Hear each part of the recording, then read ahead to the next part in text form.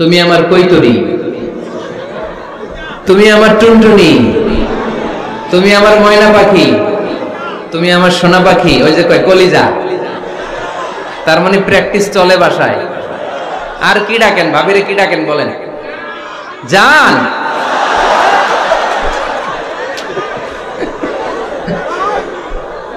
জান ডাকেন। আর ভাবি কি ডাকে আপনাদেরকে? বাবু। কি ডাকে? বাবু ডাকে। আর কি ডাকে? হ্যাঁ, বেবি। পোলাপান কত দুষ্ট দেখছেন, বেবি ডাকে নাকি? স্বামী স্ত্রীর মধ্যে এই সোহাগপূর্ণ, এই ভালোবাসাপূর্ণ এই ডাকাডাকিতে কোনো গুনাহ নাই, আছে সওয়াব। এগুলো দাম্পত্য জীবনকে সুখময় করে, ঠিক কি না? 20 বছর হয়ে গেছে এদের সংসার, একদিনও মুখ ফুটে বলতে পারে নাই তোমারে ভালোবাসি। পারছেন? হ্যাঁ, কে কে পারছেন? দেখে হাত তুলে। হাত অর্ধেক তুলে আবার নামায়, ভেজাল আছে, ঠিক কি না? ভালোবাসি বলছিলেন? কারে বলছিলেন? ভাবিকে না গার্লফ্রেন্ডকে? হ্যাঁ, স্ত্রীকে বলবেন, নিজের স্ত্রীকে বলবেন আই লাভ ইউ। কি বলবেন? তো আমরা প্রথমে স্বামীর দায়িত্ব শুনবো।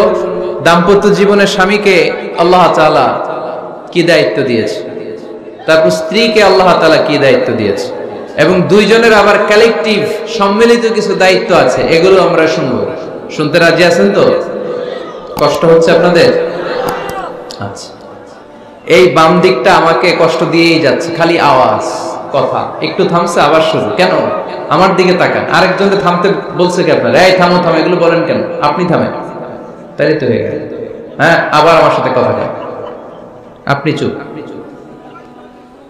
তো প্রথমে আমরা সম্মিলিত দায়িত্বের কথা শুনবো। সম্মিলিত ভাবে আল্লাহ স্বামী স্ত্রী দুইজনকেই কিছু দায়িত্ব দিয়েছে, যে দায়িত্বটা দুইজনের উপরই বর্তায়। এরপরে শুনবো স্বামীকে আল্লাহ কিছু দায়িত্ব দিয়েছে, এটা শুনবো। এরপরে স্ত্রীকে কিছু দায়িত্ব দিয়েছে আল্লাহর কাছে। এই দায়িত্বগুলো যদি স্বামী স্ত্রী সম্মিলিতভাবে পালন করে, এক একটা ঘরকে আল্লাহ জান্নাতি পরিবার বানায় দিবে, সুখী সমৃদ্ধ জান্নাতি দম্পতি বানায় দিবে। এরকম দাম্পত্য জীবন, সুখময় দাম্পত্য জীবন আমাদের হোক। আমরা চাই কি চাই না? চাই। তাহলে আমরা প্রথমে আলাদা আলাদা দায়িত্ব শোনার আগে সম্মিলিত বা কালেকটিভ রেসপন্সিবিলিটি কি আছে, এই সম্মিলিত দায়িত্বগুলো শুনবো। স্বামী স্ত্রীর দুইজনের কাঁধেই বর্তায় এরকম প্রথম দায়িত্ব হচ্ছে স্যাক্রিফাইস। দাম্পত্য জীবনের আসল খেলাটা হচ্ছে স্যাক্রিফাইসের খেলা। কিসের খেলা? স্যাক্রিফাইস। এটা লাগবে। আমার বোনেরা অথবা যুবতী বোনেরা অথবা রিসেন্টলি বিয়ে হয়েছে এরকম বোনেরা, আজকে তো এক ভাই এসে দোয়া চাইলো, হুজুর 3 দিন আগে বিয়ে হয়েছে আমার, একটু দোয়া করে দেন। তারপর যুবক ছেলেরা, তোমরা যারা বিয়ে করনি করবা, খেয়াল করে শোনো, এগুলো কাজে লাগবে। স্যাক্রিফাইসটা খুব জরুরি।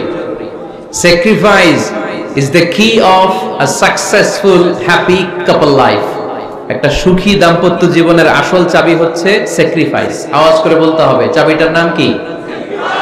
স্যাক্রিফাইস করতে হবে, একটু মানিয়ে নেয়া, একে অপরকে বোঝা, একটু ভালোবাসা, একটু মানিয়ে চলা, এটার নাম হচ্ছে স্যাক্রিফাইস। একে অপরকে বোঝার চেষ্টা করা, একটু মানিয়ে চলার চেষ্টা করা, একটু ভালো লাগা, একটু ভালোবাসা, সুখ দুঃখ ভাগাভাগি করে মিলেমিশে একাকার হয়ে যাওয়া, এটার নামই দাম্পত্য জীবন, ঠিক কি না? হ্যাঁ, এটার নামই দাম্পত্য জীবন। মিলেমিশে একাকার হয়ে যেতে হবে, স্যাক্রিফাইসের মানসিকতা অর্জন করতে হবে।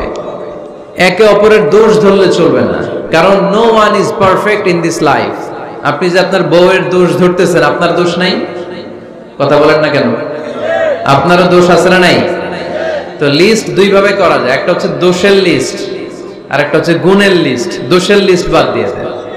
আপনার স্ত্রীর মধ্যে আল্লাহ তাআলা কি কি গুণ দিয়েছে, এই গুণগুলোর লিস্ট করুন, দোষের লিস্ট নয়। দাম্পত্য জীবনটাই এমন, কখনো ঝগড়া, কখনো হাসাহাসি, কখনো মেঘ, কখনো বৃষ্টি, আছে না নাই? হয় না এরকম? Ups and downs. মাঝে মাঝে একটু ঝগড়া, মাঝে মাঝে আবার ভালোবাসা, আবার খুনসুটি, এগুলো মিলেমিশে একাকার করে স্যাক্রিফাইস দিয়ে একে অপরকে জয় করে নিতে হয়। কারণ no one is perfect in this world. এই পৃথিবীতে কেউই পারফেক্ট না। আপনি আপনার বউয়ের দোষ খুঁজলে আপনারও দোষ আছে না নাই? কেউ দোষমুক্ত নয়। এজন্য দোষ না খুঁজে আমরা স্যাক্রিফাইস করব। দাম্পত্য জীবনের এটাকে সুখী সমৃদ্ধ করার এক নাম্বার চাবিকাঠি হচ্ছে স্যাক্রিফাইস। এইদিকে কয়েকটা হচ্ছে, এগুলো টান দেন, বসান বসান বসান বসান। এই যে লাল গেঞ্জি এটাতে বসান, পিছনে সবুজ গেঞ্জি বসান, টাইনা বসান না, আমি বলছি বসান, টান দেন ওরে ধরে, টানেন সবাই মিলে, টান দেন ওরে, হ্যাঁ বসান, হ্যাঁ ধাক্কা মারেন, সাবাস, হ্যাঁ ঠিক আছে। এই বসাইতে পারে না, লাল গেঞ্জি চলে যাইতেছে, ওরে ধরো, এই ঠিক আছে, বসছে ও, ঠিক আছে বসছে, ফাইন, আমার দিকে তাকান, বসে গেছে। কষ্ট পাইতেছেন আপনারা? হুজুর শেষ করে দেই তাইলে, হ্যাঁ শুনবেন তো? উঠা বসা কেন? সময় দিয়েছিলাম ওই সময় যান না কেন? পুরো বাংলাদেশটা এরকম ক্যাওস, কেউ নিয়ম মানতে চায় না, যেতে বলছি যায় না, এরপর কথা শুরু করছে, এখন ওঠা শুরু করছে। তো শৃঙ্খলা আপনি কোথায় কাজে লাগাবেন? এটা কোরআনের মাহফিল, এখানে নীতির কথা শোনানো হয়, তো এখানে যা চলবে সব নীতি মেনেই চালাতে হবে, ঠিক কিনা? অনিয়ম করতে পারবেন না আপনি। আর এখানে তো ওনারা স্বাধীনতা ঘোষণা করছে, আলাদা হয়ে যাবে না, আপনারা স্বাধীন হয়ে যান, হয়েছে? এদিকে তাকান।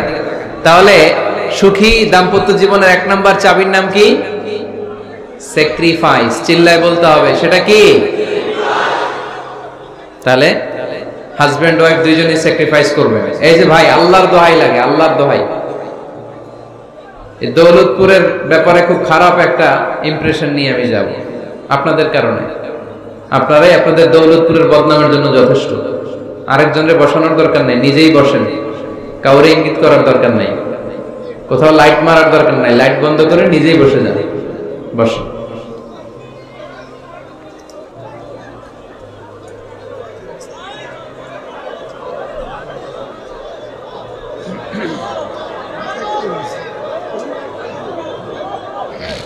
হ্যাঁ ঠিক আছে, এদিকে তাকান। দাম্পত্য জীবনকে সুখী করার দুই নাম্বার কালেকটিভ ফর্মুলা হচ্ছে ঝগড়া করা যাবে না। ঝগড়া আপনারা করেন নাকি ভাবির সাথে? ভাবির সাথে ঝগড়া করেন কে কে? দেখি হাত তোলেন।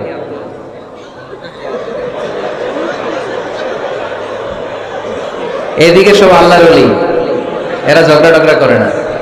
আপনি করেন? এই সাহসী সন্তান আছে কিছু, মাশাআল্লাহ, ঠিক আছে, বেশি করেন না আবার। হ্যাঁ ঠিক আছে, ঠিক আছে, তোমরাও করো, বুঝছি, আপনারাও করেন, ওকে। না, ঝগড়া করা যাবে না। একজন ঝগড়া শুরু করলে আরেকজন চুপ থাকতে হবে। দুইজনই ঝগড়া করলে, দুইজন রেগে গেলে ঝামেলা আছে না নাই? স্বামী রেগে গেলে স্ত্রী চুপ, স্ত্রী কখনো রেগে গেলে স্বামী চুপ, দুইজনই রেগে গেলে তৃতীয় বিশ্বযুদ্ধ, ঠিক কিনা? এজন্য ঝগড়া করতে দেয়া যাবে না। কারণ এই ঝগড়া, সামান্য ঝগড়া থেকে এই ঝগড়া বাড়তে বাড়তে এটা বিচ্ছেদের দিকে গড়ায়, ডিভোর্স হয়ে যায়। এরকম কত কেস যে আমার কাছে আসে, কত কেস যে আমার কাছে আসে যে হুজুর ছোট্ট ঝগড়া থেকে আমাদের মধ্যে ঝগড়া বাড়তে বাড়তে ইগো প্রবলেমের কারণে বিচ্ছেদে গড়ায়। আর এই ঝগড়া একটু শুরু হলে ইবলিস শয়তানের কাজ হচ্ছে পালে বাতাস দেয়। কি দেয়? পালে বাতাস ফেলে এটা দাউ দাউ করে উঁচু হয়ে ওঠে। আগুনের মধ্যে যেমনি কেরোসিন ঢাললে দাউ দাউ করে জ্বলে, সামান্য ঝগড়ার ছোতা পেলে ইবলিস শয়তান খালি দাউ দাউ করে এই ঝগড়ার আগুনকে জ্বালিয়ে দেয়, ঠিক কিনা? এজন্য ঝগড়া করবেন না, মেহেরবানি করে ঝগড়া শুরু করবেন না। যে কোনো মূল্যে ঝগড়াকে থামায় রাখতে হবে। তো ফ্যামিলিতে ঝগড়া অনেক সময় হয়ে যায়, কিন্তু একজন ঝগড়া করলে আরেকজন চুপ থাকতে হবে। ঝগড়া নিয়ে একটা মজার গল্প আছে, শুনবেন? বিশৃঙ্খলা ভোগ করলে তো গল্প শোনানো যাবে না, একেবারে চুপ। আমার দিকে তাকান, তাকিয়েছেন? ঝগড়া নিয়ে যে গল্পটা, সেটা হচ্ছে এক স্বামী ওয়াজ শুনে বাড়িতে গেছে রাত 11টায়। তো বাড়ির কাছাকাছি যেতে না যেতে, স্ত্রীর আবার স্বভাব হচ্ছে রাতের খাবারটা স্বামীর সাথে একসাথে খায়, আলাদা খায় না। তো বাড়ির সামনে যেই স্বামী ফোন দিছে ওয়াইফকে, এই শুরু করার আগে দরজাটা খোলো, আমি চলে আসছি। তো ওয়াইফ এসে দরজা খুলে দিছে। এবার স্বামী ঘরে ঢুকে বলে, শুরু করার আগে রাতের খাবারটা দিয়ে দাও টেবিলে, খেয়ে ফেলি। স্ত্রী বেচারি ডাইনিং টেবিলে খাবার দিয়েছে, হাজবেন্ড বেচারা ওয়াশরুম থেকে ফ্রেশ হয়ে ডাইনিং টেবিলে বসেছে, স্ত্রীও বসেছে। তো খুব বড্ড গরম। হাজবেন্ড বলে শুরু করার আগে ফ্যানটা ছাড়। এইবার তো স্ত্রী বেচারি রেগে মেগে আগুন, কি আসার পর থেকে শুরু করার আগে কি শুরু করার আগে? হাজবেন্ড বলে এই তো শুরু হয়ে গেল। মানে কি? ঝগড়া। মানে কি? ঝগড়া। প্রিয় ভাইয়েরা, ঝগড়া করবেন না। স্বামী রেগে গেলে স্ত্রী চুপ থাকবেন, স্ত্রী রেগে গেলে স্বামী চুপ থাকবেন। কারণ সহিহ মুসলিমে এসেছে, ইন্না ইবলিসা ইয়াদাউ আরশাহু আলাল মা। ইবলিস শয়তান তার সিংহাসন গেড়েছে সাগরের উপর। কোথায়? ইবলিসের সিংহাসন কোথায়? সাগরের উপর। সুম্মা ইয়াবাসু সারায়াহু, সে প্রতিদিন সকালবেলা তার সাঙ্গপাঙ্গরে গোটা পৃথিবীতে পাঠায়, যা পৃথিবীতে ফাসাদ সৃষ্টি কর। ইবলিস যখন সাঙ্গপাঙ্গদেরকে গোটা পৃথিবীতে ছড়িয়ে দেয়, সারাদিন ধোঁকা দেওয়ার পরে, ওয়াসওয়াসা দেওয়ার পরে রাত্রিবেলা ইবলিসের কাছে ফিরে আসে, এসে বলে, ও ইবলিস, আমি আজকে আল্লাহর বান্দাদেরকে দিয়ে মিথ্যা কথা বলিয়েছি। ইবলিস বলে, এটা তো কোনো ব্যাপারই না, এগুলাই তো তোদের কাজ। আরেক শয়তান বলে, আমি ওজনে কম দিয়েছি একজনের মাধ্যমে বাজারে। ইবলিস বলে, এটাও তেমন বড় কোনো কাজ নয়। আরেকজন বলে, আমি সুদের ডিলিংস করিয়েছি। ইবলিস বলে, এটাও কোনো কাজ নয়। আরেক শয়তান বলে, আমি মদের আড্ডাখানায় নিয়ে মসজিদে যেতে নিয়েছিল, সেখান থেকে সরিয়ে মদের আড্ডাখানায় আল্লাহর বান্দাদেরকে নিয়েছি। ইবলিস বলে, এটাও তেমন বড় কোনো কাজ নয়। আরেক শয়তান এসে বলে, মা তারাকতুহু হাত্তা ফাররাকতু বাইনাহু ওয়া বাইনা ইমরাআতিহি, আমি এক আল্লাহর বান্দার সাথে বান্দির ঝগড়া লাগিয়ে ঝগড়া করাতে করাতে তালাক পর্যন্ত নিয়ে গিয়েছি। মা তারাকতুহু হাত্তা ফাররাকতু বাইনাহু ওয়া বাইনা ইমরাআতিহি, আমি এক ইমানদার পরিবারকে ধ্বংসের শেষ প্রান্তে নিয়ে গিয়েছি। সামান্য ঝগড়ার পরে আমি ওয়াসওয়াসা দিতে দিতে ঝগড়া বাড়াতে বাড়াতে তালাক পর্যন্ত নিয়েছি। ইবলিস বলে, শাবাশ, তুই তো কাজের মতো কাজ করেছিস, আমার কাছে আয়, আমার কাঁধে ওঠ। ইবলিস তখন ওই শয়তানকে কাঁধে নিয়ে নাচতে শুরু করে। নাউজুবিল্লাহ পড়বেন না? এজন্য ইমানদারদের সংসার ভেঙে খান খান হোক, এটা হলে ইবলিস খুশি, আর ইমানদারের পরিবার টিকে থাকলে আমার আল্লাহ খুশি। আমরা কার খুশি চাই? এজন্য শয়তানরে খুশি হতে দেয়া যাবে না। ইমানদারদের পরিবারগুলো ঝগড়ার মাধ্যমে ভেঙে যাক, সব সময় শয়তানের মিশন এটা। আর ইমানদারদের পরিবারগুলো টিকে থাক, এটা আমার আল্লাহ সব সময় চায়। সুবহানাল্লাহ পড়েন। এজন্য দৌলতপুরের ভাইরা, ঝগড়া করবেন না। ঝগড়া কিন্তু নবী রাসূলদের পরিবারেও ছিল, আল্লাহ রাসূল সাল্লাল্লাহু আলাইহি ওয়াসাল্লামের পরিবারেও ঝগড়া ছিল। এটা স্বাভাবিক, দাম্পত্য জীবনের খুব সিম্পল ইস্যু। একজন রাগ করলে আরেকজন থেমে যাবে। পারবেন? কি হলো, পারবেন না? আল্লাহর হাবিব সাল্লাল্লাহু আলাইহি ওয়াসাল্লামের সাথে আম্মা জান আয়েশার ঝগড়া হতো। মজার একটা হাদিস শুনেন, সহিহ বুখারীর হাদিস, মুসনাদে আহমদ ইবনে হাম্বলও এসেছে এই হাদিসটা। আম্মা জান আয়েশার সাথে ঝগড়ার পর আম্মা জান আয়েশাও রাগ, আল্লাহ রাসূল সাল্লাল্লাহু আলাইহি ওয়াসাল্লামও রাগ। এখন রাগ মিটানোর দরকার আছে না নাই? আল্লাহ রাসূল সাল্লাল্লাহু আলাইহি ওয়াসাল্লাম বললেন, আয়েশা চলো মিটমাট করে ফেলি। সুবহানাল্লাহ কইবেন না? চলো মিটমাট করি। তো কারে ডাকবো মিটমাটার জন্য? ওমর রে ডাকি। আম্মা জান আয়েশা বলে, না, ওমর গলিফ, ওমর খুব মেজাজওয়ালা, আমার ডর লাগে। তোমার আব্বারে ডাকি। আব্বারে ডাকেন। আব্বারে ডাকেন। খুশি হয়ে গেছেন আম্মা জান আয়েশা রাদিয়াল্লাহু। আবু বকর রাদিয়াল্লাহু চলে আসলেন, দাঁড়ালেন। এবার বিষ্ণু সাল্লাল্লাহু আলাইহি ওয়াসাল্লাম বললেন, তাতাকাল্লিমিন আও আতাকাল্লাম, কি ঘটছে আমাদের মাঝে, তুমি বলবা না আমি বলবো? আম্মা জান আয়েশা বললেন, তাতাকাল্লামু আনতা ওয়ালা তাকুল ইল্লা হাক্কান, আপনিই বলেন, তবে সত্য ছাড়া মিথ্যা বলেন না। আবু বকর রাদিয়াল্লাহু তাআলা আনহু শুনে রেগে গেলেন, কি এ কেমন কথা তোমার? নবীকে উদ্দেশ্য করে তুমি বলছো সত্য ছাড়া মিথ্যা বলবেন না, নবী কখনো মিথ্যা বলবে নাকি? রেগে মেয়ের গায়ে মেরেছে এক চোর খেয়ে আম্মা জান আয়েশা উল্টে পড়ে গেলেন। সাইয়েদনা আবু বকর রাদিয়াল্লাহু তাআলা আনহু রেগে গড়গড় করতে লাগলেন, আবার মারার জন্য উদ্যত হলেন। আম্মা জান আয়েশা রাদিয়াল্লাহু তাআলা আনহু বাঁচার জন্য এবার বিশ্বনবীর পিছনে যে আশ্রয় নিলেন। সুবহানাল্লাহ পড়বেন না? বিশ্বনবী সাইয়েদনা আবু বকরের সামনে দুই হাত মেলে ভেবে দাঁড়িয়ে গেলেন। আল্লাহর হাবিব যখন আম্মা জান আয়েশাকে বাঁচানোর জন্য দুই হাত উঁচু করে দাঁড়িয়ে গেলেন, সাইয়েদনা আবু বকর থেমে গেলেন। সাইয়েদনা আবু বকর এই পরিস্থিতি দেখে ঘর থেকে বের হয়ে ঘরের বাইরে দাঁড়ালেন। এবার আল্লাহর রাসূল সাল্লাল্লাহু আলাইহি ওয়াসাল্লাম আম্মা জান আয়েশাকে তুললেন, বললেন, ইয়া আয়েশা কাইফা রাআইতিনি আনকাসতুকি মিনার রাজুল, দেখলা নাকি কেমন করে আমি তোমার বাবার হাত থেকে তোমারে বাঁচালাম। আজকে আমি যদি সামনে দাঁড়িয়ে না বাঁচাতাম, তোমার বাবা তোমারে একেবারে মেরেই ফেলতো। সুবহানাল্লাহ পড়েন।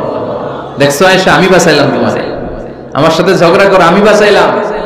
এই কথা শুনে আম্মা জান আয়েশা রাদিয়াল্লাহু তাআলা লজ্জায় পড়ে হেসে দিলেন। সুবহানাল্লাহ পড়বেন না? এত আস্তে সুবহানাল্লাহ। লজ্জায় হেসে দিলেন। বিষ্ণু ঈসা ইসলাম এবার হেসে দিলেন। দুইজনের হাসাহাসি শুনে বাইরে থেকে আবু বকর রাদিয়াল্লাহু তাআলা আনহু হাসির আওয়াজ শুনে অবাক, কি রে এতক্ষণ যুদ্ধ এখন আবার হাসি?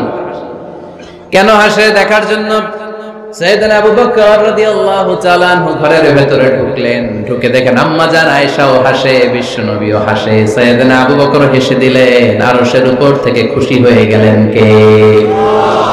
এবার সাইয়েদনা আবু বকর বলেন, ইয়া রাসূলুল্লাহ ইয়া হাবিবাল্লাহ আশরিকানি ফি সিলমিকুমা কামা আশরাকতুমানি ফি হারবিকুমা। নবী গো, আপনাদের দুইজনের মধ্যে যুদ্ধ লাগলে যেমনি মিটমাট করার জন্য আপনি আমারে ডাকেন, আপনাদের এই আনন্দ ঘন মুহূর্তগুলোতে শরীক হওয়ার জন্য মাঝে মাঝে আমারে ডাইকে।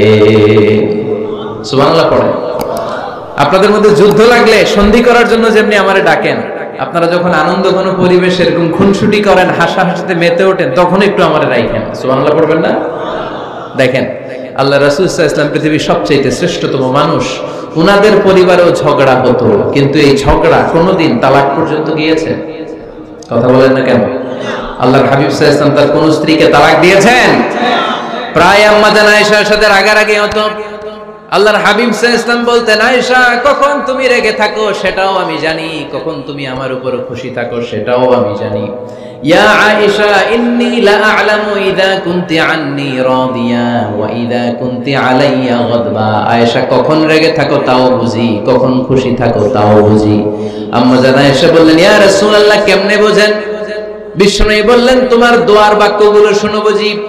যখন তুমি আমার উপরে খুশি থাকো তখন দোয়ার সময় তুমি এভাবে বলো, রব্বি মুহাম্মদ, ও মুহাম্মাদের রব আপনি আমাদের সব গুনাহ মাফ করে দেন।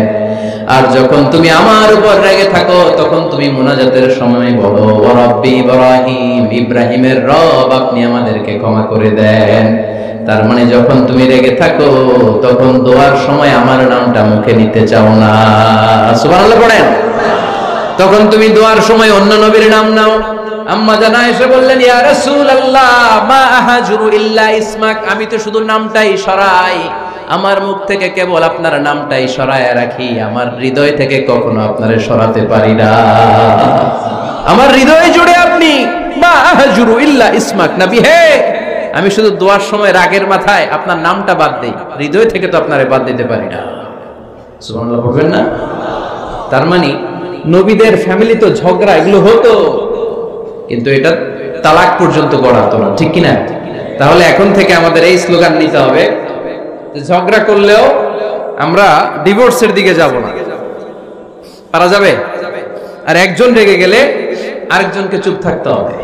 ভাবি রেগে গেলে আপনি চুপ, পারবেন? পারবেন না? ইনশাআল্লাহ। এই যারা বিয়ে করে না এরা ইনশাআল্লাহ, আর বাকিরা চুপচাপ আওয়াজ করে। তাহলে প্রথমে ঝগড়া করা যাবে না। 3 নাম্বার, দাম্পত্য জীবনের কোনো গোপন কথা অন্যের কাছে শেয়ার করা যাবে না। হাদিসে এসেছে এটাকে বলা হয়েছে আ'যামুল আমানা, এটা সবচেয়ে বড় আমানত। যারা দাম্পত্য জীবনের একান্ত বিষয় কারোর সাথে শেয়ার করে তারা সবচেয়ে বড় কবিরা গুনাহ করে।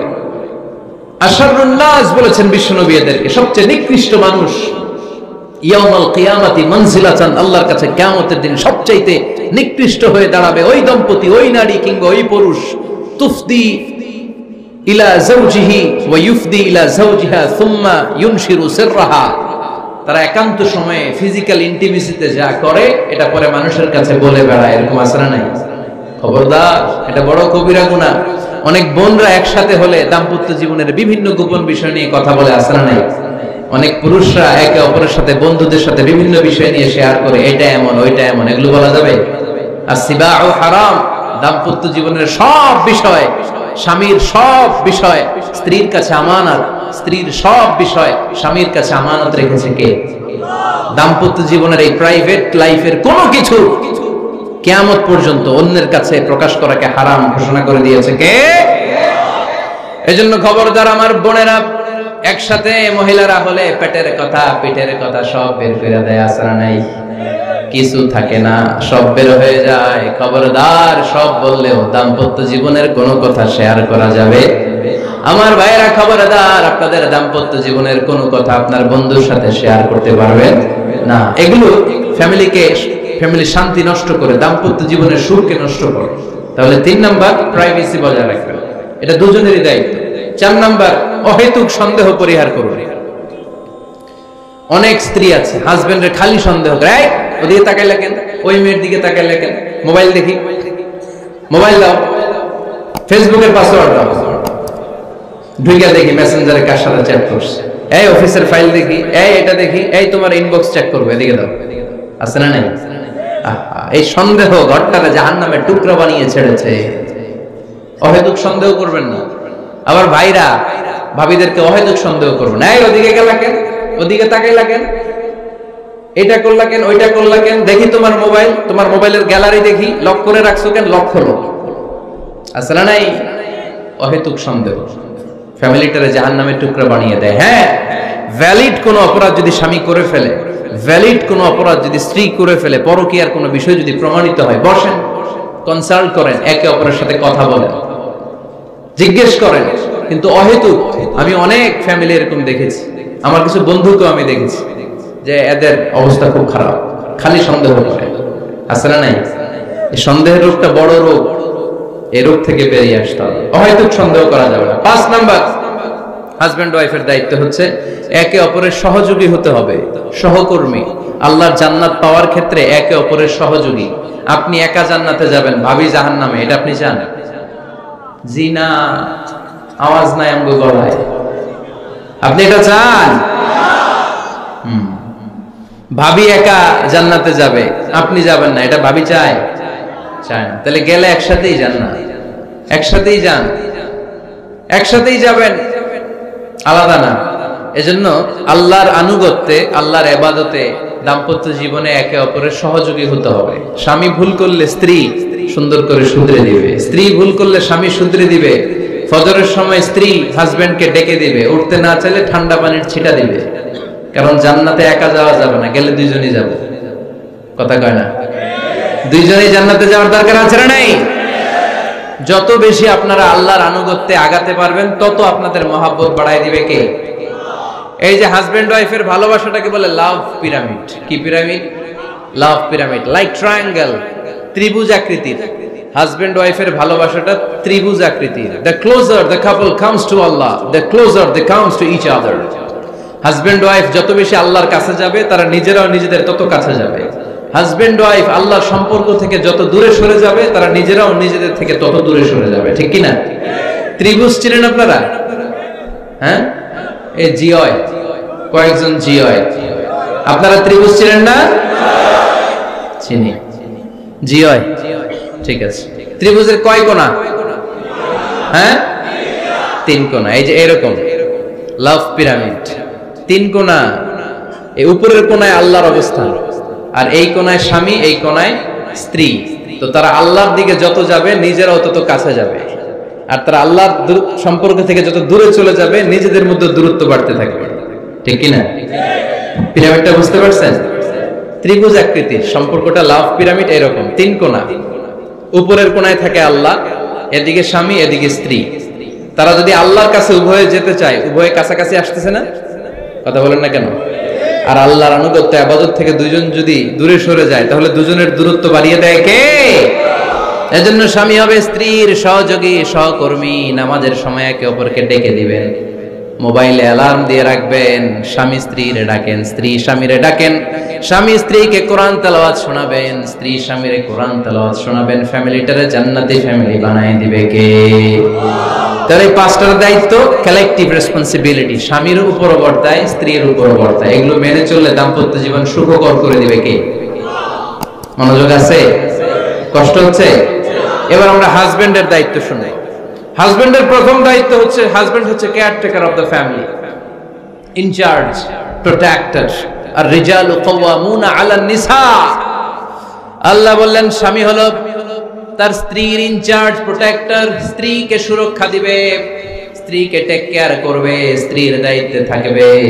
এই দাম্পত্য জীবনের দুইজনের সংসারকে, সংসারের মধ্যে স্বামীকে দায়িত্বশীল বানিয়েছে কে? পুরুষ দায়িত্বশীল। পুরুষ কখনো নারীর ক্ষতি করে না, সুপুরুষ নারীর ক্ষতি করে না, ঠিক কিনা? গোটা পুরুষ সমাজ নারী সমাজের সুরক্ষা দিবে। যেগুলো নারীকে একান্তে পেলে রেপ করে, যে ঢাকা বিশ্ববিদ্যালয়ে একটা রেপের ঘটনা ঘটছে না, যে এই বেয়াদবটা এই কাজ করেছে, এটা কি পুরুষ না কুপুরুষ? এটা কি সুপুরুষ না কুপুরুষ? সুপুরুষ নারীর প্রোটেকশন দেয়, নারীর টেক কেয়ার করে, তার ইনচার্জ, তার দায়িত্বশীল। দাম্পত্য জীবনে অর্থনৈতিক যত দায় দায়িত্ব আছে সব আল্লাহ তাআলা পুরুষের কাঁধে দিয়েছে। কার কাঁধে? এই দাম্পত্য লাইফে নারীর কোন অর্থনৈতিক দায় দায়িত্ব নারীর কাঁধে আল্লাহ দেয় নাই। এজন্য সব অর্থনৈতিক দায়িত্ব পুরুষের ঘাড়ে। 4টা অর্থনৈতিক দায়িত্ব আছে। পুরুষ নারীকে মহারণা দিবে, পুরুষ নারীকে খাবারের ব্যবস্থা করবে, পুরুষ নারীকে পোশাকের ব্যবস্থা করবে, পুরুষ নারীর জন্য রেসিডেন্সিয়াল ব্যবস্থা করবে, ঠিক কিনা? وآتوا النساء صدقاتهن نحلة فإن طبن لكم عن شيء منه نفسا فكلوه هنيئا مريئا। সুবহানাল্লাহ পড়ে। সব স্বামীদেরকে আল্লাহ ডেকে বললেন, ও স্বামীরা শোনো শোনো, বিয়ের পর সাথে সাথে স্ত্রীর কাছে তুমি মোহরানা আদায় করে দাও। মোহর দেয়া নফল নাকি ফরজ? জোরে বলেন। তোমরা কি দাও? সিলটি পুলা মোহরানা দাও? হ্যাঁ, মোহরানা দিতাই নাকি যৌতুক খাইতা? খিতা করতা? হ্যাঁ, কি দিব? মোহরানা দিব। মোহরানা দেয়াকে ফরজ করেছে কে? আল্লাহ। তো মোহর দিতে টাকা লাগে না? এই টাকার দায়িত্ব পুরুষের ঘাড়ে দিছে কে? 2 নাম্বার দায়িত্ব, আলাল মাউলুদি লাহু রিজকুহুন্না ওয়া কিসওয়াতুহুন্না বিল মা'রুফ। স্বামী স্ত্রীর জন্য খাদ্যের ব্যবস্থা করবে, পোশাকের ব্যবস্থা করবে। 3 নাম্বার, ওয়াসকিনুহুন্না মিন হাইসু সাকানতুম মিন ওয়াজদিকুম। নিজের সামর্থ্যের মধ্যে থেকে স্ত্রীর জন্য রেসিডেন্সিয়াল একটা এরিয়ার ব্যবস্থা করে দিবে। সুবহানাল্লাহ। তাহলে অর্থনৈতিক দায়িত্বের মধ্যে 4টা: মোহরানা দেয়া, মিলস খাবারের ব্যবস্থা করা, মানে ফুডিং এন্ড ক্লোথিং, পোশাকের ব্যবস্থা করা, সর্বশেষ রেসিডেন্সিয়াল ব্যবস্থা করা। এই যে অর্থনৈতিক সব দায়িত্ব, খরচ যেখানেই আছে সব দায়িত্বগুলো পুরুষের কাঁধে দিল কে? চিল্লায় বলেন কে? খরচের সবকিছু আল্লাহ তাআলা পুরুষের কাঁধে দিয়েছে। এটা হচ্ছে পুরুষের ফিনান্সিয়াল দায়িত্ব। এবার দাম্পত্য জীবনে পুরুষের নন ফিনান্সিয়াল কিছু দায়িত্ব আল্লাহ তাআলা দিয়েছেন, এগুলো আমরা শুনলাম। এদিকে ওঠাওটি করলেন কে কে দেখি? আটকান, এদেরকে আটকান, ধরেন ধরেন, এদেরকে ধরেন। হ্যাঁ, কি হয়েছে? শেষ করে দিব তো খিতা হইতা? হ্যাঁ, জোরে মাতো, চলবে চলবে। হ্যাঁ, তাকবীর পড়েন তো দেখি, যারা চলবে বলতেছেন লিল্লাহি তাকবীর।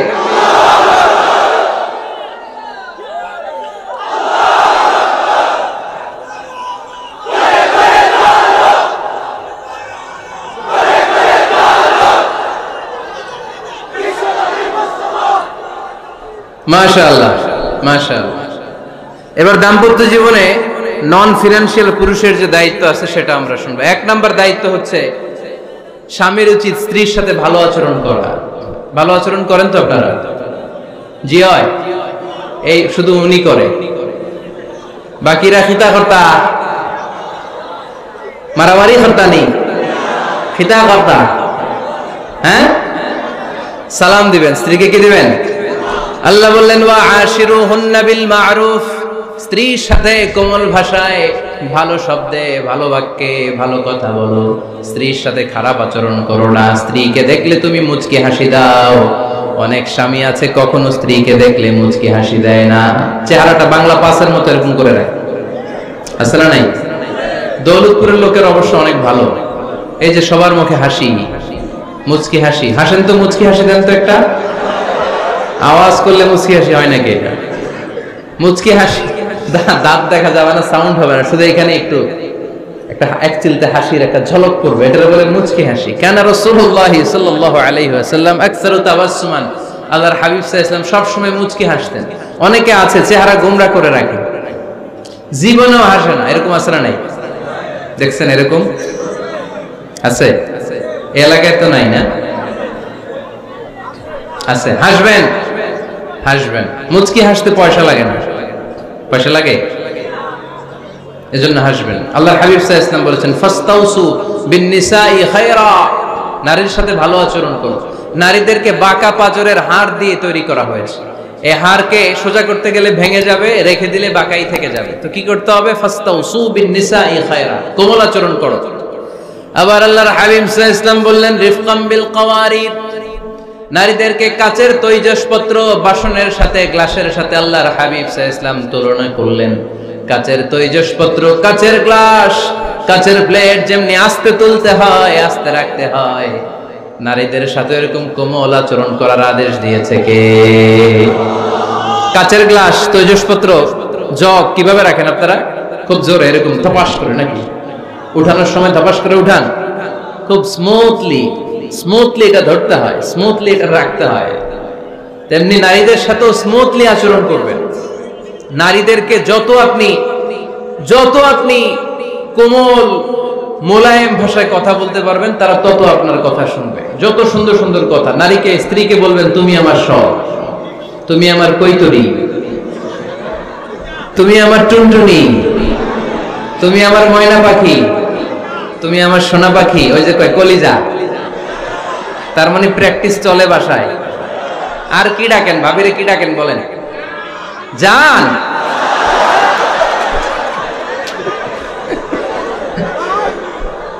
জান ডাকেন। আর ভাবি কি ডাকে আপনাদেরকে?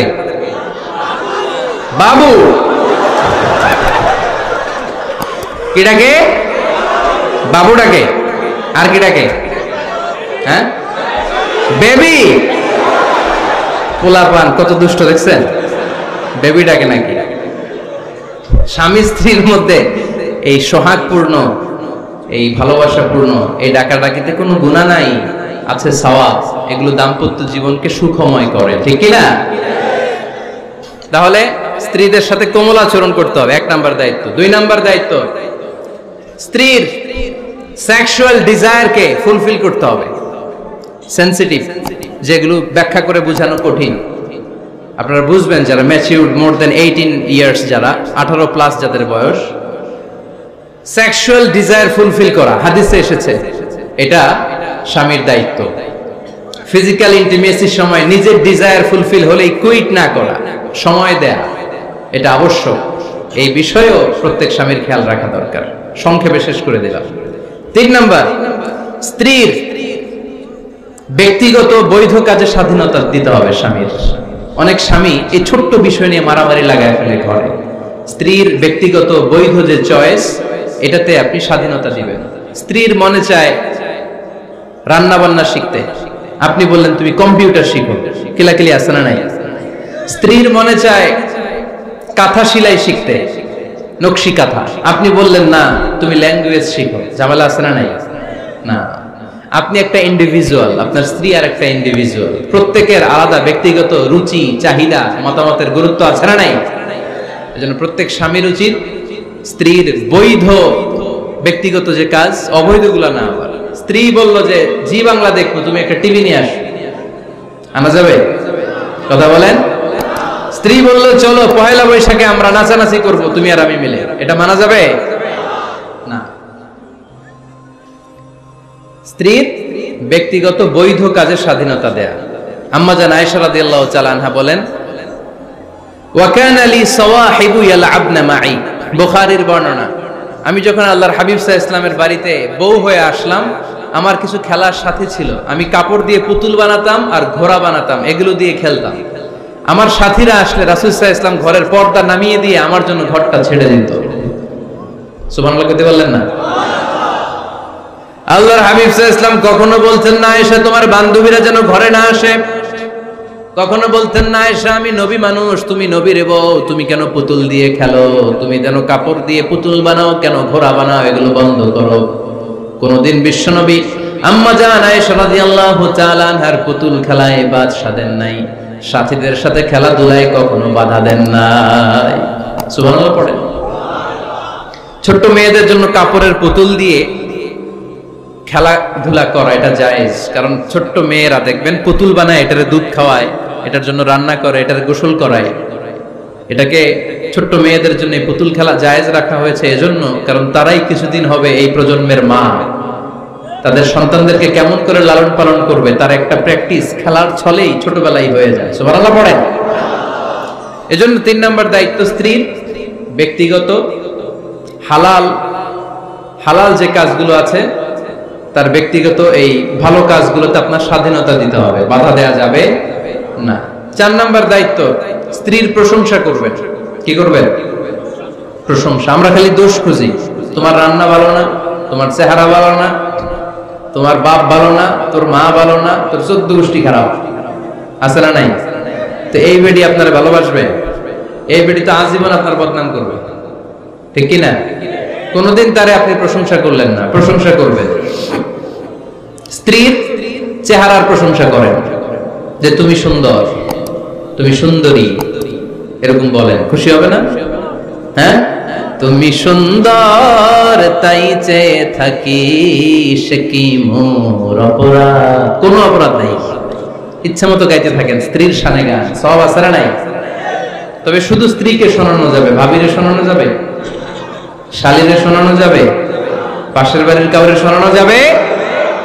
দেখেন ইসলাম কত চেক এন্ড ব্যালেন্স। স্ত্রীকে আপনি গান শোনান, কোনো গুনাহ নাই, আছে শুধু সওয়াব। তাহলে 4 নম্বর পয়েন্ট হচ্ছে এপ্রিসিয়েশন। সারা দিন এই মহিলাটা ফজরের পর থেকে উঠে ঘর গোছায়, মশারিগুলো খোলে, বিছানা পরিষ্কার করে, বাচ্চাদেরকে ক্লিন করে, স্কুলের টিফিন রেডি করে দেয়, বাচ্চাদেরকে স্কুলে যেতে দেয়, আপনার জন্য খাবার রেডি করে, কাপড় ধোয়, ঘরের সবাইকে দেখভাল করে। একদিনও আপনি তার এপ্রিসিয়েশন করলেন না। এরকম ডাকাইত স্বামী আছে না নাই? দৌলতপুরে নাই, এখানে সব ভালো। এপ্রিসিয়েট করবেন। আমরা ভুলে যাই, একটা থ্যাঙ্কস দিতে ভুলে যাই, একটা জাযাকিল্লাহ, আল্লাহ তোমাকে জাযা দেখ, এটাও বলি না। বউ তুমি অনেক কষ্ট করেছো, তুমি অনেক দিক সামলাও, আমি আর কয়টা সামলাই, তুমিই তো দেখো, একদিনও বলে না, আছে না নাই? তার রান্নার প্রশংসা করবেন, তার কাজের প্রশংসা করবেন, তার চেহারার প্রশংসা করবেন। এদিকে তাকান, বলবেন তুমি সুন্দরী, তুমি অনন্যা, তুমি সুস্নিগ্ধা, তুমি প্রিয়ম্বদা, তুমি সুহাসিনী, তুমি সুকেশিনী, তুমি সুভাষিনী, তুমি অসূর্যম পোষ্যা, মেঘ কালো কেশ, কাজল কালো চুল, হরিণের মতো ডাগর ডাগর দুটি তোমার চোখ। আহা হা, যে পোলাপান খুশি হয়ে গেছে। আহা হা, আর মুখস্থ রাখতেছে, বলবে এগুলা, বিয়ে করে নাই কিন্তু এখনো। তো জায়গা মতো বলবা, গার্লফ্রেন্ডে বলো না। আবার কাকে বলবা? স্ত্রীকে। কাকে? স্ত্রীকে। পারা যাবে না? একটু এপ্রিসিয়েশন দেওয়া যাবে না ওনাদেরকে? একটু প্রশংসা করবেন। প্রশংসা পেলে নারীরা বড্ড খুশি হয়। যদি আপনি বলেন যে তোমার রান্নাটা আজকে অসাধারণ হয়েছে, দেখবেন আরেক বাটি আইনা দিতেছে, খাইতে পারতেছে না, এরপর পাতে তুলে দেয়, আরেকটু খাও, আরে খাও না, আছে না নাই? ওই যে প্রশংসা করছেন, খুশি হয়ে গেছে তো। আপনি 10,000 টাকার বান্ডিল দিয়ে আপনার বউকে যত খুশি করতে না পারবেন, রান্না মজা হয়েছে এইটা বলে আপনি অনেক বেশি খুশি করতে পারবেন। আল্লাহর হাবিব সাল্লাল্লাহু আলাইহি ওয়াসাল্লাম কখনো স্ত্রীদের রান্নার বদনাম করে নাই। সুবহানাল্লাহ পড়বেন না? আওয়াজ করে পড়েন সুবহানাল্লাহ। আজ থেকে স্ত্রীর সৌন্দর্যের প্রশংসা করবেন, কাজের প্রশংসা করবেন, রান্নার প্রশংসা করবেন, এপ্রিসিয়েশন দিবেন। পারবেন তো? রান্নার প্রশংসা নিয়ে মজার একটা গল্প আছে, শুনতে চান?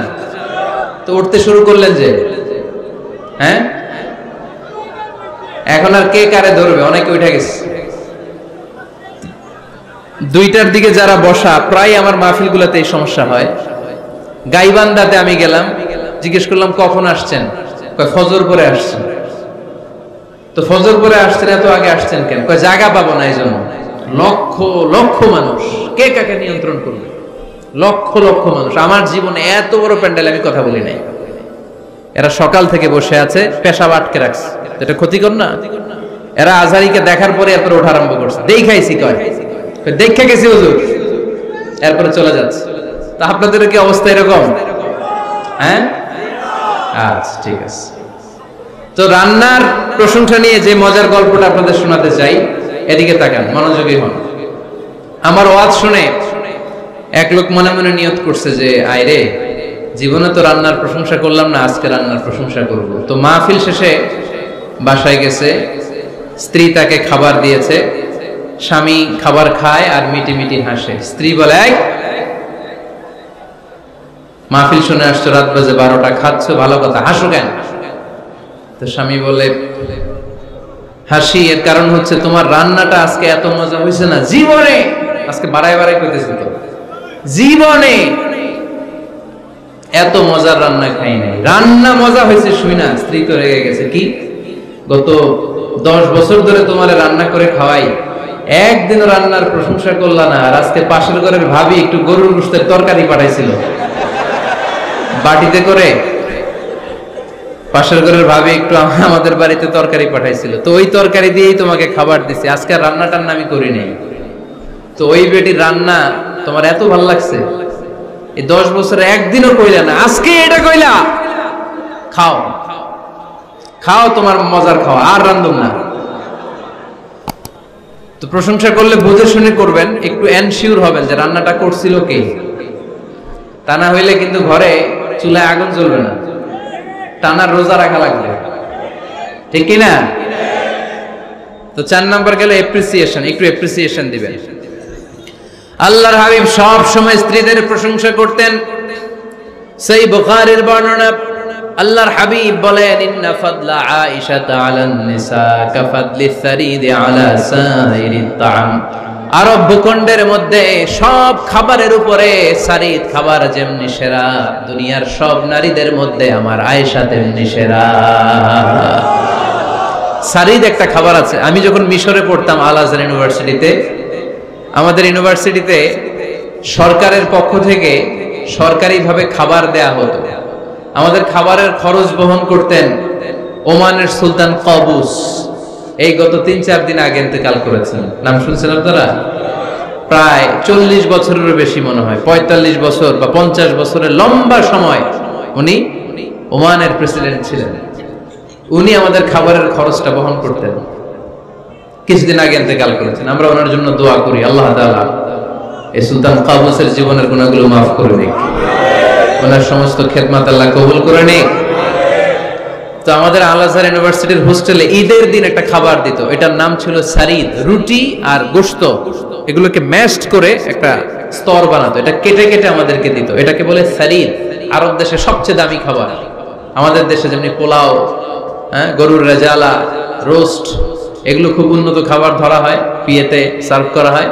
আরব দেশে ওইটাকে বলে সারিদ, শ্রেষ্ঠ খাবার। আল্লাহর হাবিব বললেন, সব খাবারের মধ্যে যেমনি সারিদ সেরা, নারীকুলের মধ্যে তেমনি আমার আয়েশা সেরা। দেখেন কেমনে এপ্রিসিয়েট করতেন। আম্মা জান আয়েশাকে তিনি সব সময় আদর করে হামায়রা বলে ডাকতেন। হামায়রা মানে লাল সুন্দরী বউ। কি সুন্দরী? আম্মা জান আয়েশা রেগে গেলে গাল দুটো আনার ফলের মতো লাল হয়ে যেত, এজন্য ডাকতেন, ও আমার লাল সুন্দরী বউ। সুবহানাল্লাহ কইতে পারলেন না? আবার আম্মাজান খাদিজাতুল কুবরা তাহেরা রাদিয়াল্লাহু তাআলা আনহার ব্যাপারে বলতেন, ইন্নী ক্বাদ রুজিকতু হুব্বাহা। সহিহ মুসলিমের বর্ণনায় তিনি বলতেন, খাদিজার ভালোবাসা আল্লাহ তাআলা আমার হৃদয়ে রিজিক হিসেবে দিয়েছে। আওয়াজ করে পড়েন আল্লাহু আকবার। তো এইজন্য এপ্রিসিয়েট করবেন। 5 নাম্বার হচ্ছে আপনার ভালোবাসা স্ত্রীকে প্রকাশ করুন। এক ছাদের নিচে আজীবন বসবাস, 20 বছর হয়ে গেছে এদের সংসার, একদিনও মুখ ফুটে বলতে পারে নাই তোমারে ভালোবাসি। পারছেন? হ্যাঁ, কে কে পারছেন? দেখে হাত তুলে, হাত অর্ধেক তুলে আবার নামায়, ভেজাল আছে, ঠিক কিনা? ভালোবাসি বলছিলেন? কারে বলছিলেন? ভাবিকে না গার্লফ্রেন্ডকে? হ্যাঁ, স্ত্রীকে বলবেন, নিজের স্ত্রীকে বলবেন আই লাভ ইউ। কি বলবেন? কথা বুঝে না বোধহয়। কি বলবেন? সবাই বলেন, কি বলবেন? মুরব্বী একজনও কয় না, কয় এতদিন কইছি না, অহনো কম না। বলবেন, ভালোবাসা প্রকাশ করবেন। স্ত্রীরা এটা খুব চায়, স্বামীর পক্ষ থেকে এই খুনসুটিগুলো খুব পছন্দ করে। আপনি আজকে যে বলেন, দেখবেন ফ্যামিলির সুখ বাড়তে শুরু করছে। সুনানে তিরমিজির বর্ণনা দেখেন, বিশ্বনবী যে আই লাভ ইউ বলতো, তার দলিল শুনেন। সাহাবারা জিজ্ঞেস করলেন, ইয়া রাসূলুল্লাহ, মান আহাব্বুন নাস ইলাইক, ও নবী, কারে সবচেয়ে বেশি ভালোবাসেন? Who do you love the most? নবী, কাকে সবচেয়ে বেশি লাভ করেন আপনি? সাহাবারা প্রশ্ন করলেন, ইয়া রাসূলুল্লাহ, কাকে লাভ করেন বেশি? আল্লাহর হাবিব সাল্লাল্লাহু আলাইহি ওয়াসাল্লাম বললেন, আয়েশা। আয়েশা রে, সুবহানাল্লাহ কইবেন না? সাহাবারা বললেন, ওমিনার রিজাল, পুরুষদের মধ্যে কারে বেশি পছন্দ করেন? বিশ্বনবী বললেন, আবুহা, আয়েশার বাবারে। সাইয়েদনা আয়েশা রাদিয়াল্লাহু তাআলা আনহার বাবার নাম কি? আবু বকর। কি নাম? আবু বকর। আল্লাহর হাবিব সাল্লাল্লাহু আলাইহি ওয়াসাল্লাম বললেন, সবচেয়ে বেশি লাভ করি আয়েশাকে।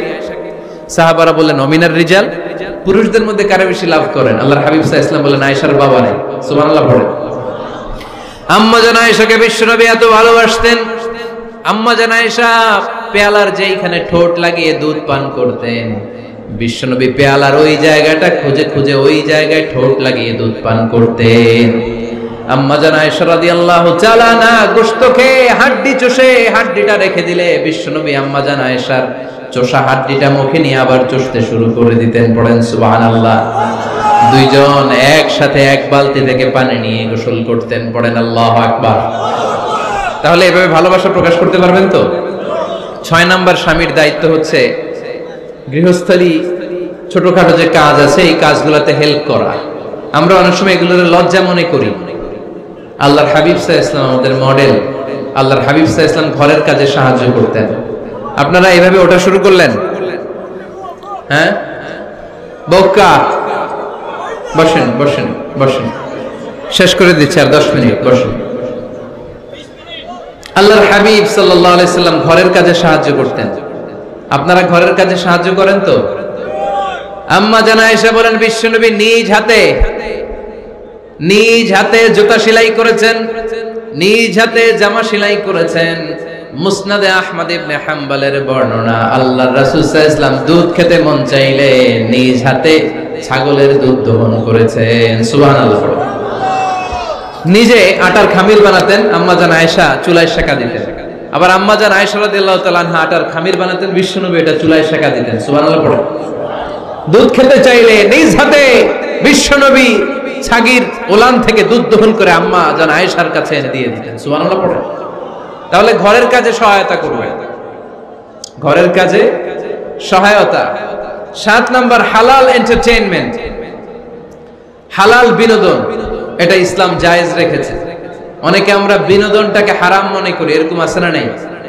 হ্যাঁ, বিনোদন দুই ধরনের, একটা হারাম এন্টারটেইনমেন্ট আর একটা হচ্ছে হালাল এন্টারটেইনমেন্ট। আম্মা জান আয়েশা রাদিয়াল্লাহু তাআলা আনহাকে নিয়ে মরুভূমিতে দৌড়াদৌড়ি করতেন। ভাবির সাথে দৌড়াদৌড়ি করছেন কারা কারা? দেখি হাত তোলেন। হ্যাঁ, দৌড়াদৌড়ি করছেন কোথায়? যৌতুকের লাগে হেতেরে দৌড়াইছেন? হেতি বাসাল্লাই দিছে দৌড়, এই দৌড়াদৌড়ি না। আম্মা জান আয়েশা রাদিয়াল্লাহু তাআলা আনহার সাথে বিশ্বনবী মরুভূমিতে দৌড়াদৌড়ি করেছেন। বলেছেন, আয়েশা দেখো কে কার আগে ওই খেজুর বাগান ধরতে পারে, তুমি আগে না আমি আগে। একবার বিশ্বনবী জিতলেন, তার 7 বছর পরে প্রথমে আম্মা জান আয়েশা রাদিয়াল্লাহু তাআলা আনহা ওই দৌড়ে জিতলেন। তার 7 বছর পরে বিশ্বনবী জিতে আম্মা জান আয়েশাকে হারায় দিলেন। পড়েন সুবহানাল্লাহ। ঈদের দিন আম্মা জান আয়েশাকে হাবাসী সাহাবাদের তীর আর বল্লম দিয়ে যে খেলা চলতে এই খেলা দেখাতেন। সুবহানাল্লাহ পড়েন। বিশ্বনবী খেলা দেখাতেন আম্মা জান আয়েশাকে। এই হচ্ছে স্বামীর দায়িত্ব। হালাল এন্টারটেইনমেন্ট আপনি করতে পারবেন। বসেন, দোয়া করে দিচ্ছি, বসেন। বুঝতে পারছেন অনেক আগে আসছেন আপনারা। বসেন, বসে যান, এখনই দোয়া হচ্ছে। বসেন বসেন বসেন বসেন, এখনই দোয়া করব। বসে যান, বসে যান। বউকা মাদ্রাসার বিল্ডিং এর কন্ট্রাক্টরের জন্য দোয়া চেয়েছেন, আমরা দোয়া করি আল্লাহ কবুল করুক। আমার ছেলে মেয়ের বিয়ের বয়স হয়ে গেল, পরিবারে বিয়ের কথা বলতে পারি না, লজ্জায়। আহারে কি কষ্ট। মনে করি পরে করে, এটা বললে তারা বলবে এখনো বয়স হয় নাই বিয়ের, পরিবার থেকে বিয়ের কথা চিন্তা করে না। এ ব্যাপারে কিছু বলুন। কিছু বললাম? এই সমস্যা পুরো বাংলাদেশের। ছেলে মেয়েদেরকে সময় মতো বিয়ে দেয় না। ইউটিউবে এই নিয়ে আমার কথাবার্তা পাবেন, শুনে নিয়ে। ছেলের বাবা মেয়ের বাবাদেরকে বলি, ছেলে মেয়েরা উপযুক্ত হলে বিয়ে দিয়ে দেন। বিয়ে না দিলে যৌবনের তাড়নায় যত পাপ করবে, এই পাপগুলো মা বাবার কাঁধেও আছড়া নাই। আচ্ছা, 8 নাম্বার স্বামীর দায়িত্ব হচ্ছে, স্বামীর দায়িত্ব বলেই এখন দোয়া। স্ত্রীর মতামতের গুরুত্ব দিবেন। অনেক স্বামী আছে বাজার করতে গেলে নিজের যেটা মন চায় ওইটাই কিনে, আছড়া নাই। নিজে গরু খাবে, খাসি খাবে, খালি ওইটাই কিনে। আপনার বউ হয়তো পছন্দ করে আচার, পছন্দ করে জলপাই, আমড়া, এগুলো আনে না, আছড়া নাই। খোঁজ খবর নেবেন। অনেকে ফ্ল্যাট কিনতে মনে চায়, হুট করে কিনে ফেলে না। ভাবিরে জিজ্ঞেস করবেন কোন দিকে কিনলে ভালো হয়, ওয়াশরুমটা কোন দিকে দিতে হবে, কিচেনটা কোন দিকে দিলে সুবিধা, জানালাগুলো কোথায় দিলে সুবিধা, এগুলো সব ডিসাইড করে নেবেন। এই কারণেই দাম্পত্য জীবনে সুখ নাই। 9 নাম্বার, একসাথে সময় কাটাবেন। 6 মাসের বেশি কোন লোক তার স্ত্রীর অনুমতি ছাড়া বাইরে যে প্রবাস জীবন কাটাতে পারবে না। এদেশের অনেক লোক প্রবাসে সময় কাটায়। 6 মাসের বেশি স্ত্রীকে রেখে দিয়ে কোনো হাজবেন্ড বিদেশে থাকতে পারবে না। সিলেটিরা লন্ডনে থাকে, 6 মাস পরেই আসতে হবে, ঠিক কিনা? সর্বশেষ কথা হচ্ছে, স্ত্রীর জন্য দোয়া করবেন। স্বামীর পক্ষ থেকে স্ত্রীর জন্য দোয়া, এটার গুরুত্ব আছে না নাই? বিশ্বনবী তার স্ত্রীর জন্য দোয়া করতেন।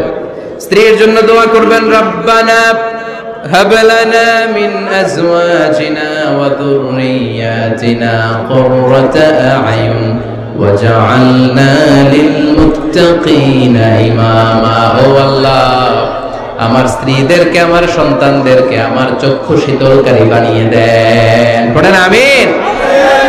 আল্লাহ আমার স্ত্রীকে এমন বানান, স্ত্রীকে দেখলেই যেন আমার হৃদয়টা প্রশান্ত হয়, আমার চোখ যেন জুড়িয়ে যায়। এই 10টা দায়িত্ব স্বামীর সুখী দাম্পত্য জীবনের জন্য। স্ত্রীর দায়িত্ব আজকে বলার সুযোগ হলো না।